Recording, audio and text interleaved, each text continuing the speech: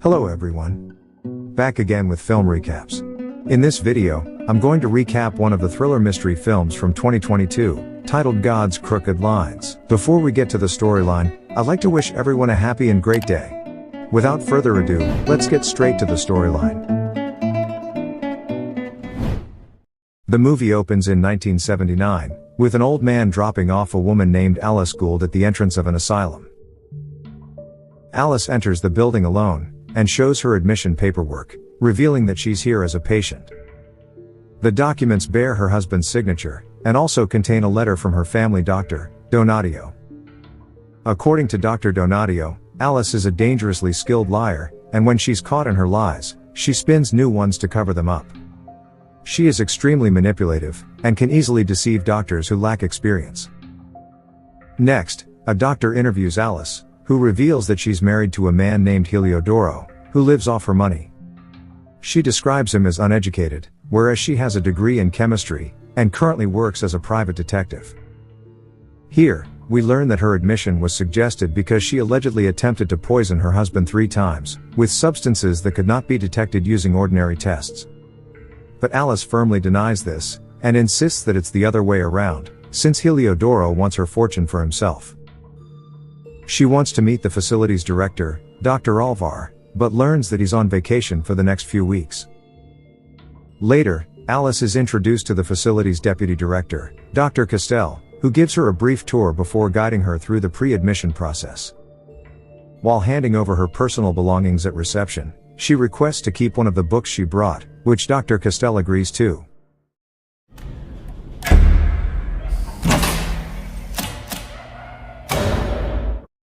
Later, we see Alice in her cell, where she opens the book they let her keep. Inside are newspaper clippings, and other classified materials about the mysterious death of a former patient named Damien. In a shocking twist, we learn that Alice is not actually crazy, but has been sent here by a man named Dr. Del Olmo to solve his son's murder mystery. The next day, in the cafeteria, Alice meets a patient named Ignacio, who is surprisingly sane in the midst of all the deranged people.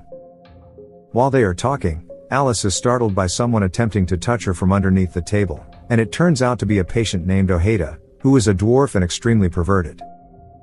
Despite this, a gigantic patient known as the Elephant Man appears to protect the dwarf. Later, we see Ignacio and Alice outside smoking, and she's surprised to see that he has the privilege of carrying a lighter. Her attention is then drawn to strange twins in the distance, accompanied by a young girl. Ignacio explains that the twins, named Romulus and Remo, were born here because their parents were oligophrenic. Remo is mute, while Romulus spends his days mimicking others, and protects the young girl, whom he believes to be his sister. Next, Alice begins to investigate the boy's possible murderer, but when she questions the other patients, their disturbed minds provide little to no insight. She then attends a consultation with a doctor named Arellano, who asks her several questions to evaluate her mental state. He immediately notices her sharp, quick-witted responses, and realizes she is highly intelligent. During the next session, Arellano offers Alice a hot beverage, and gives her the freedom to talk about whatever she wants. But at one point, she deliberately spills the drink on herself and asks to use the bathroom. The doctor is initially hesitant because it's only for staff, but he decides to trust her and gives her the key. Once inside, Alice quickly stuffs her socks with toilet paper, and clogs the toilet, causing the water to overflow and spill into the hallway. Alice urgently alerts one of the staff about an emergency, forcing him to rush out of the archive room to handle the situation.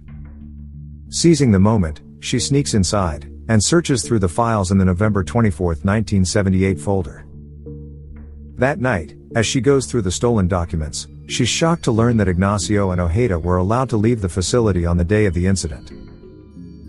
The next day, Alice meets with Ignacio, and asks him if he left on November 24th, which he confirms since his sister was here to visit him. Alice then shows him a letter that says, "You killed him, not me," and she reveals that it was sent to Damien's father on the very day he died. Alice has figured out that the message was written by someone suffering from schizophrenia. She suspects Ignacio is schizophrenic, and questions why he is in the asylum. Just then, a storm approaches, and a nervous Ignacio tries to leave, but Alice stops him, pressing harder for answers. The rain begins to fall heavily, and Ignacio experiences a seizure, and his skin breaks out in painful blisters. Alice is confused, until another patient explains that water is bad for Ignacio. Sometime later, Alice visits Ignacio in the infirmary, where he reveals that he actually suffers from hydrophobia. Alice feels bad for him, and here she reveals that she isn't actually crazy, and she's a private detective sent to investigate the death of Damien. The authorities declared he unalived himself, but Alice believes he was murdered by a former patient of Damien's father, someone seeking revenge. She claims that only Dr. Alvar is aware of her secret investigation, and has granted her permission to live among the patients to solve the case. Upon hearing this, Ignacio reveals that Damian suffered from schizophrenia, and was plagued by hallucinations, which led to him being subjected to electroshock and insulin therapies. He also recalls that the boy had frequent fights with Ojeda, and, in a shocking coincidence, the dwarf was noticeably missing on the day of the tragedy. In the following scene, Alice notices the perverted dwarf harassing another woman before fleeing into the woods. She thus grabs a stick, and heads into the woods to find him. Shortly after, Alice hears a noise coming from the nearby bushes, and cautiously moves to investigate. And then suddenly,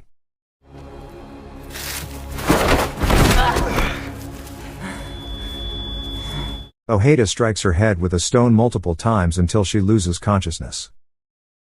Sometime later, Alice wakes up in the infirmary with her hands tied to a stretcher, leaving her confused. Dr. Arellano shockingly reveals that she killed Ojeda, as his body was found lying dead next to her. The news hits Alice like a thunderbolt, as she has no memory of doing it.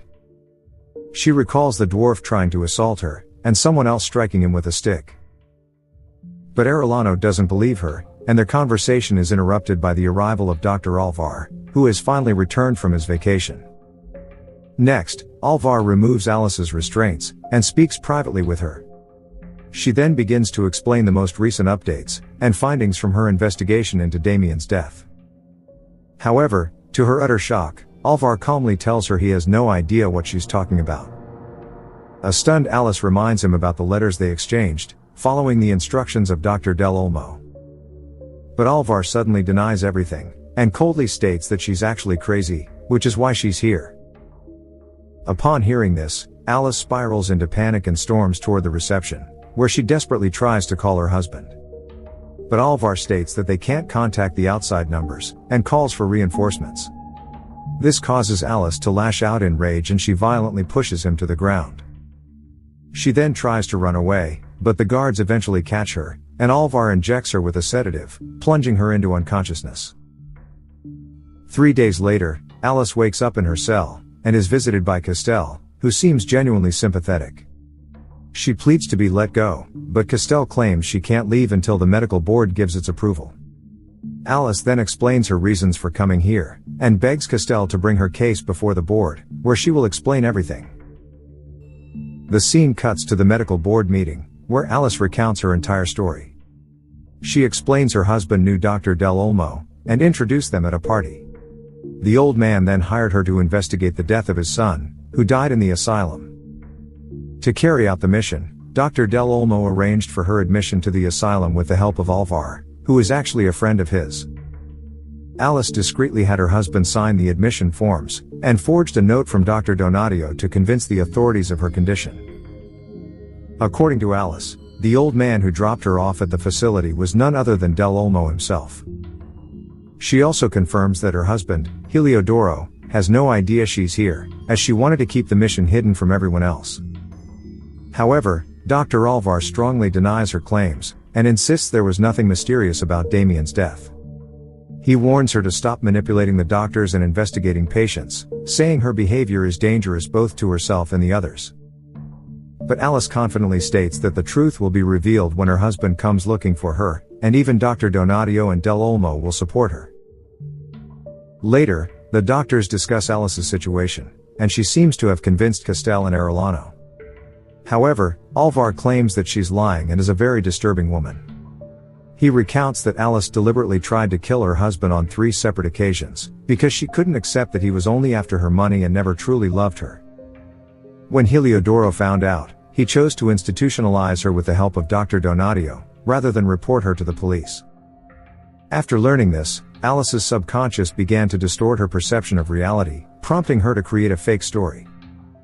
The doctors are left confused upon hearing this, and suggest contacting Del Olmo, Heliodoro, or even Dr. Donadio to uncover what is really going on. Sometime later, Alice is summoned to the doctor's office again, where she notices an unfamiliar old man. She assumes he's a police officer, and quickly asks if they managed to contact her husband. However, the doctors inform her that Heliodoro is unavailable, and Dr. Donadio is attending a conference in Zurich. They have sent him a telegram, but received no response yet. This means that Del Olmo is the only person who can verify her story, so Alice urges them to bring him in. But in a shocking revelation, Alvar informs her that the man standing in front of her, whom she assumed was a police officer, is none other than Del Olmo. The old man also looks at her in confusion, and states that he has no idea who she is. This sends Alice into a state of panic, and she insists it's impossible since this is not the man who hired her. She begins screaming and acting hysterically, which prompts the guards to arrive and drag her away. She is then subjected to rigorous procedures like shock therapy, and she's locked inside an isolated cage, which is reserved for the most deranged and violent patients. Inside the cage, Alice experiences a nightmarish vision, where the full truth is finally revealed. She learns that the man pretending to be Del Olmo was actually someone her husband had hired to scam her. Since Heliodoro was only after her money, he deliberately engaged her in the investigation, so she would willingly enter the asylum, only to be trapped there for the rest of her life. When Alice wakes up, she speaks with Dr. Arellano, and tells him that it's all a plot orchestrated by her husband. This shocks him, so he immediately goes to Castell, insisting they must release Alice from the cage. The two doctors visit her together, and Alice explains that Heliodoro planned everything, since only he could have manipulated the newspaper to make the photo of the fake Del Olmo appear before her. She believes he used her money to bribe Dr. Donadio and Dr. Alvar as well. The only way to confirm her theory is to check her bank accounts, and if they're drained, then her theory must be true. Later, we see Arellano arriving at the police station, where he files a complaint stating that one of his patients has been legally kidnapped. Meanwhile, Castell has secretly entered Alvar's office, where she manages to find Alice's documents. But then, she's shocked to discover that Heliodoro paid an unusually high sum of money to have his wife admitted to the facility. Unfortunately, Alvar walks in, so Castell immediately demands to know why Heliodoro paid 20 times more than the usual amount. Alvar states it was merely a donation to the asylum, and that he has never spoken to Heliodoro directly. Castell continues to question him, so a frustrated Alvar fires her for taking Alice out of the cage without his permission. Next, Alvar rushes to see Alice in her cell but finds it empty, so he urgently orders the staff to search for her everywhere. At the police station, Arellano explains the entire situation to the commissioner, and stresses the urgent need to contact Alice's bank. But the commissioner refuses to file a report without the director's permission. Arellano pleads with him, but the commissioner tells him to leave, saying he has some real crimes to investigate. Back in the asylum, it turns out that Alice hides in the workshop. She rallies the patients, telling them she has a daring plan to escape, but she needs their help. She asks Ignacio for his lighter, and waits patiently until the day's end.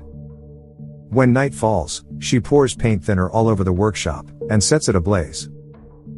Later, Ignacio watches the flames rising from his room with a tense expression. He deliberately turns on the faucet, and wets his hands before the blisters appear, causing him to let out a pained scream. A guard arrives and rushes to look for a doctor, but he leaves the cell door open.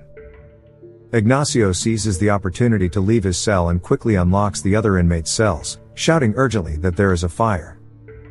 While the entire asylum descends into chaos, Alice smashes the window of the laundry room, and slips inside to look for clothes. But there, she comes face to face with the Elephant Man, who simply stares at her in silence, forcing her to flee in fear. Later, Ignacio passes by Romulus's room, and is horrified to find him bloodied and lifeless. He tries to help but realizes it's too late, leaving him devastated. The doctors are soon alerted, and the police chief is also summoned to lead the investigation. Meanwhile, Alice has managed to get to the front gate, where she comes across a coroner, who claims she has arrived to examine a dead body. This confuses Alice, who isn't aware of any deaths, but she unlocks the gate anyway. As she is about to walk out, the coroner stops her again, and asks where the male ward and Romulus's cell are. Hearing this, a shocked Alice suddenly changes her mind for some reason, and knocks the coroner out. Later, the hospital staff discovers a woman unconscious in a car, and they're stunned to see her dressed in the patient's clothes. The police chief recognizes her as their coroner, and Alvar's face tightens with the chilling realization that this was all Alice's doing. Soon, the doctors and police find Alice in the examining room with the coroner's clothes, inspecting Romulus's corpse. Alvar immediately orders her arrest, but Alice apologizes for knocking out the coroner, and insists she be allowed to explain her side first. She claims that after studying Romulus's body, she concluded a heavy object or person had likely crushed it, leaving a sunken chest and multiple shattered bones. She shockingly reveals that Romulus's murder was committed by the Elephant Man. It turns out that the man is always like the girl Romulus refers to as his sister and constantly protects. In a shocking twist, she also reveals that it was Romulus who killed Ojeda when he attempted to assault her, which was witnessed by the Elephant Man. Given that Ojeda and the Elephant Man were very close, this situation gave the big guy a deep grudge against Romulus, and he used the chaos to exact his revenge. She also theorizes that the Elephant Man used the glass shards from the laundry room window she had broken earlier as a weapon. When the authorities check the Elephant Man, they indeed find deep cuts from glass shards on his hands, and promptly arrest him for murder. Meanwhile, the police chief is impressed by Alice's sharp intellect, and she introduces herself as a private investigator, detained in the asylum against her will. Alvar tries to deny her claims, but an officer reveals they contacted the central bank, and it turns out her accounts were indeed drained by her husband, confirming her story. The commissioner also believes her, and promises to speak to the judge to see if he can help her. This enrages Alvar, and to make matters worse, Castell hands him a copy of a letter she wrote to the provincial council, urging them to remove him as director.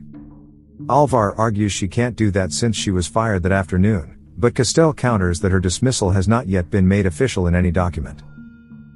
The following day, Alice stands before the medical board to defend herself. Castell reports that Heliodoro is still missing, and he's reported to be somewhere in South Asia. Here, Alice insists that Dr. Donatio's disappearance is no coincidence, as they both plan to declare her insane. Regardless, Alvar is skeptical, and claims that her husband's escape with her money doesn't prove that she didn't attempt to poison him. Now, all board members must vote unanimously to discharge the patient, but Alvar refuses to cast his vote, and instead leaves the decision to the rest of the faculty. With his reputation on the line, he offers to re-sign with pride, and urges them to withdraw their eviction request, which Castell agrees to. Following this, the board takes a vote, and rules in Alice's favor, proclaiming her sane. This really disappoints Alvar, who comments it is the biggest mistake the board has ever made. But then, before leaving, he drops a final bombshell, revealing that he spoke with Dr. Donatio last night. It turns out that after attending the conference in Zurich, the man took a holiday with his wife, and never really received any of their telegrams. Donatio has firmly affirmed that there is no conspiracy, and has consented to come to the trial. As Alvar exits the room, an old man immediately enters, and he turns out to be the same man who dropped Alice at the facility. He approaches her, and asks her what trouble she's gotten herself into now. Upon seeing him, Alice, who is claimed to be a dangerously skilled liar, and extremely manipulative, stands frozen, and is overwhelmed by paranoia. Okay guys, thanks for watching. See you again in the next video.